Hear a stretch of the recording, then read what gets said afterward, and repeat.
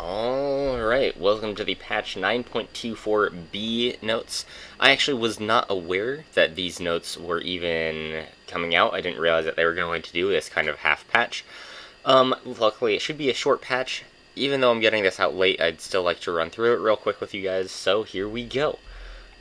Starting out with Starr, he gets, let's see, that gets rounded up, that got rounded up, and that got kind of rounded up to the next quarter. So that's okay with me. And then it's his heal that got a little bit more major of a change in that. Up by 5 at level 1. I think this scales per level. I'd have to double check on that, but up by 5 at level 1, and then up by 22 at level 18, which does mean that by level 18, that double becomes plus 44.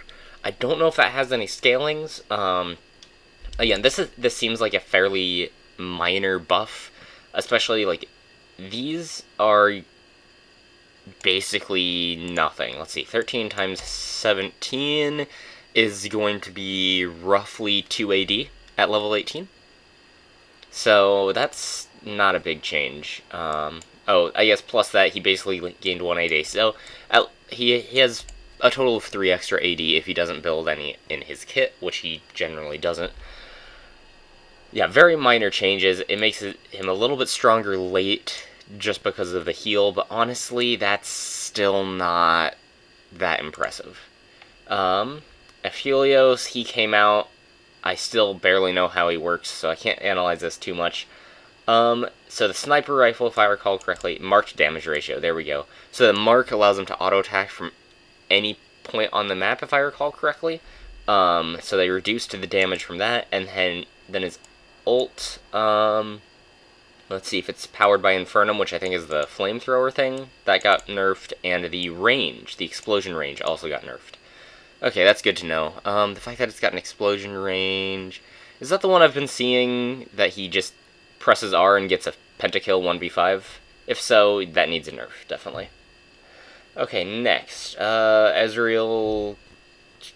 Okay, Ezreal's Q gets a buff for its AD ratio.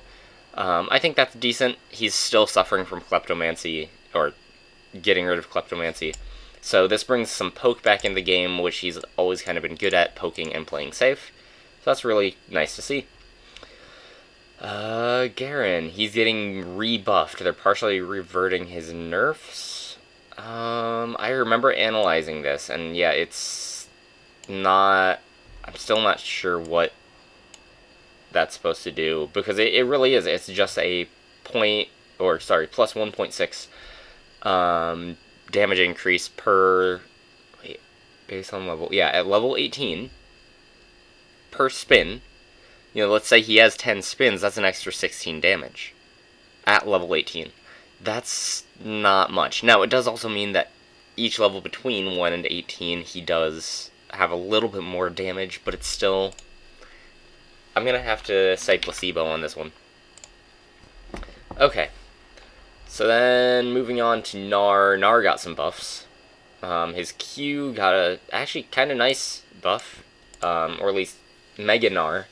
His Q did, right? So up from 1.2 to 1.4 AD, and then his W damage also went up by, let's see, starts the same, and they added plus 10 per rank that it gets. So, not bad. I don't know what order he maxes things. I think it's Q max, maybe. I wouldn't be surprised if W is like the last thing that you max, so you're going to be stuck with that low damage for a while, but as soon as you put a second point into it, it's already better. Not a whole bunch better, but better.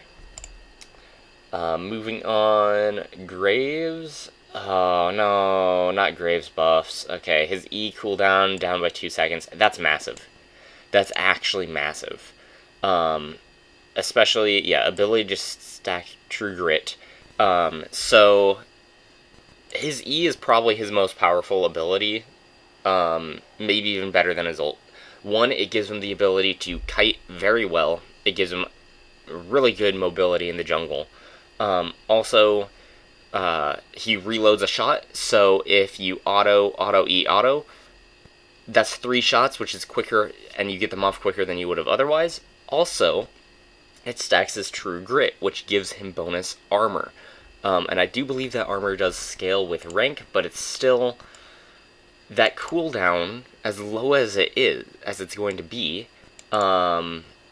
means that he's almost always got armor up. Which means fighting him with any kind of AD-based champion becomes a lot harder. Add to that he's ranged, so he gets an auto or two before other champs get in range to attack him, and he gets an advantage in fights. Plus his shotgun passive means he clears very healthily because he knocks back the monsters before they can hit him. Also, auto attacks reduce this cooldown by 1 second each, so if he's doing it right, if he's continuously autoing, then he's going to be, this is basically a,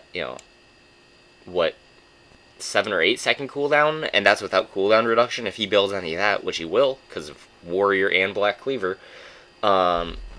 easily he can be dashing every 4 seconds. And it's disgusting, and it's impossible to play into him, especially if you're an immobile champion like Skarner. Unless you can lock him down, after which he's just going to dash, it is very difficult to keep up with and actually fight him, and he can both kite you and run you down. Anyway, that's enough of my rant about Graves. Basically, I don't like this buff, just because this buff brings so much power into his kit. His E is so powerful, any buffs or nerfs to it really do affect him a lot. Okay, next, Heimerdinger, so they're nerfing him. Let's see, they reduce the base damage by 10 at all ranks, and then, 108, okay, so it's following rockets deal less damage or something like that. I can't remember exactly how much damage, or what that scaling is. I can do the math real quick, but I'm being too lazy. It's 80%. They take a total, or 80% of the original rocket's damage total, so doesn't look like that's changed. Okay, that's fairly decent. It brings the base damage down by a little bit.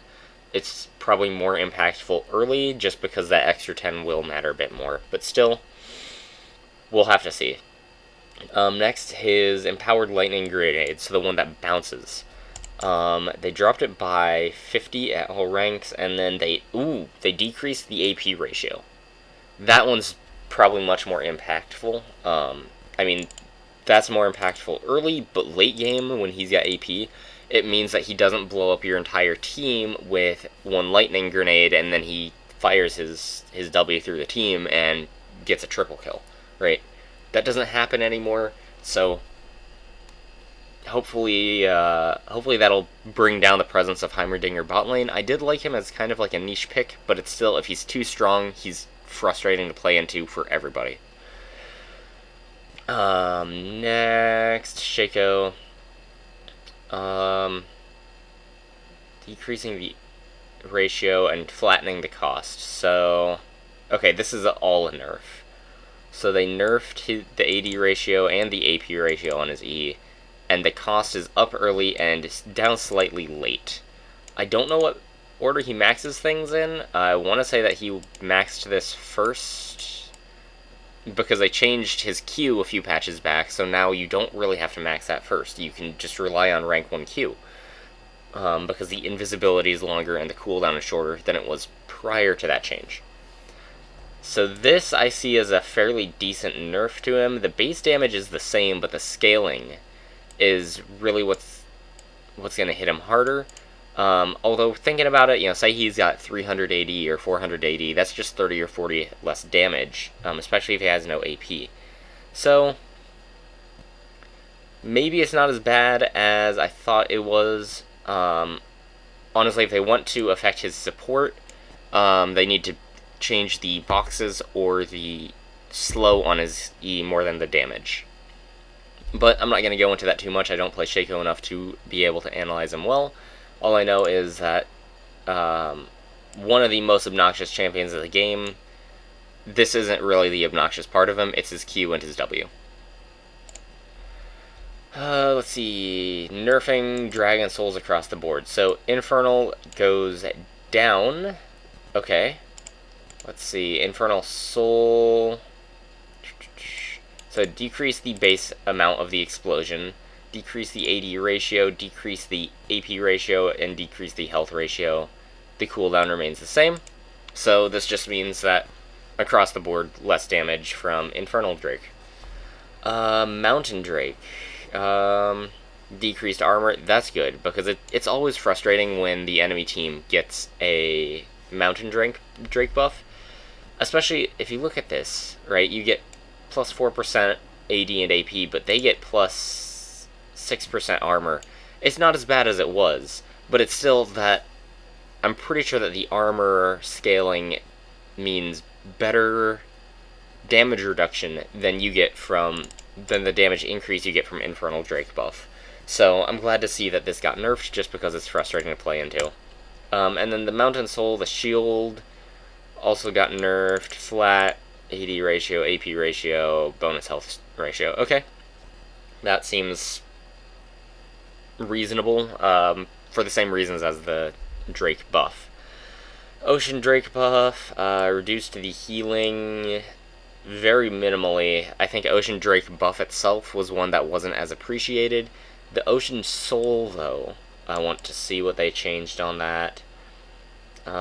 Decreased the AD ratio fairly significantly. AP ratio also significantly. And bonus health ratio down by 30% as well. Did they change the mana restored? They did. That also got reduced. So, on champions like Singed, this buff was absolutely disgusting, as well as anyone else who could keep up consistent DPS. So any ADCs, especially players themselves who could kite well, could restore mana very quickly, or restore health and mana very quickly just from this. However, souls are kind of a game ender buff kind of thing, so I'm not too surprised. Let's see, Cloud Drake. Oh, bringing them down to better match the strength of the Cloud Soul. So, Cloud Drake, I think it got buffed in 9.24, not 9.24b. So they're bringing these down so that now Cloud Soul is as good as the rest of them. And again, a lot of these are going to depend on which champion you're playing, right? A champion like, most ADs, or really anybody who deals consistent DPS, is going to love this. Really, everybody loves this, but thinking about the souls, anyone who's dealing consistent damage really loves this. If you're playing into a hard engaged team or a poke team, this can be pretty decent because it allows you to soak up damage that you wouldn't be able to survive through otherwise. This is great on champions like Singed, great on Rise from what I've heard. Cloud Drake Soul, it's amazing on Skarner and Olaf.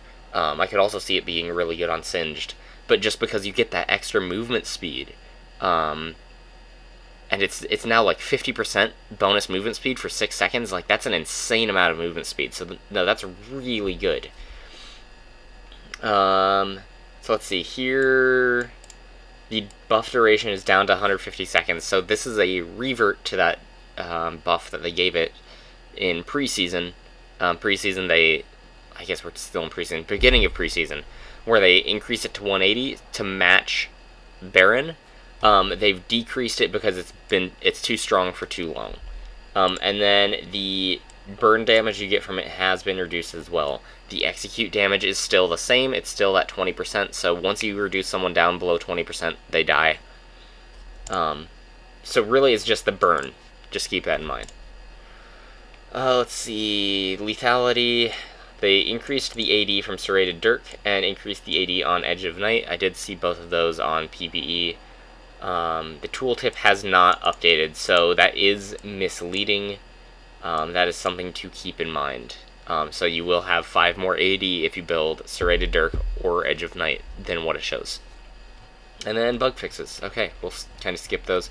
So yeah, looking at it, Alistar, maybe. I don't know if that's going to affect him. Aphelios, he needs more time out on the Rift to determine where he's at. I haven't gotten to play against him because he's been permabanned, so I can't really tell if he's good or if he's bad. Ezreal, honestly, solid buff. I think this will help bring him back a lot, or I think it did, I should say. This, I think, is placebo. This, I think, is great for Gnar, especially when he gets Mega. This, in particular, is the one I'm more excited about. Honestly, good to see this change. Graves is going to be a lot stronger. You expect to see more Graves. If you are a jungle player and you like bruisers, pick up Graves if you can. Um, he was the Jungle King for a season for a reason. There's a reason that Tarzan spammed him to rank 1 on NA. Back in, season 6, season 7, something like that. He was playing Graves consistently and winning games consistently because the champion is just so strong. I'll be interested to see how this changes his pick rate, but honestly, this is one of the more impactful changes in my mind, even though it's such a small change. Heimerdinger, maybe we'll see less Heimerdinger bot lane. Heizendong probably is complaining about this a little bit. I don't know. Actually, no, he's not like Hashenshin. I should not make assumptions about big name players. He probably has more to say about it and knows more about how that'll affect him, though. And then Shaco, I don't think this is the big problem with Shaco. Yes, it hits both AD and AP, but if you want to hit AP support Shaco, you have to hit the slow on his E. You have to hit the fear on the boxes. You have to hit his Q cooldown. If you want to affect AP Shaco, you have to affect his boxes. If you want to affect AD, look at his backstab and his crits. Those are really where you got to look at it. So I don't see this being impactful. This is huge. Okay, no, yes, no clue, and another maybe. So yeah, that's patch 9.24b. It's a lot of smaller tuning. I believe this is, yeah, one more round of balance changes before the end of the year. So this is the last patch before the seasons. This is the first day of winter, technically, so it is December 21st. They don't have enough time in the year to put out another patch, so I do believe that next patch we'll be looking at will be patch 10.1. That will be in January, so I am excited to look at that with you guys. However, for the next couple of weeks, I guarantee that PBE is going to be pretty quiet with changes, so don't expect to see any big nerfs or buffs soon. Anyway, with that being said, everyone enjoy your holidays, whether it's Christmas or Hanukkah or Kwanzaa. I am sorry, I don't know exactly when those are. Enjoy time with your families if you can. Don't spend too much time playing, but at the same time, I really hope to see you guys out there on the Rift.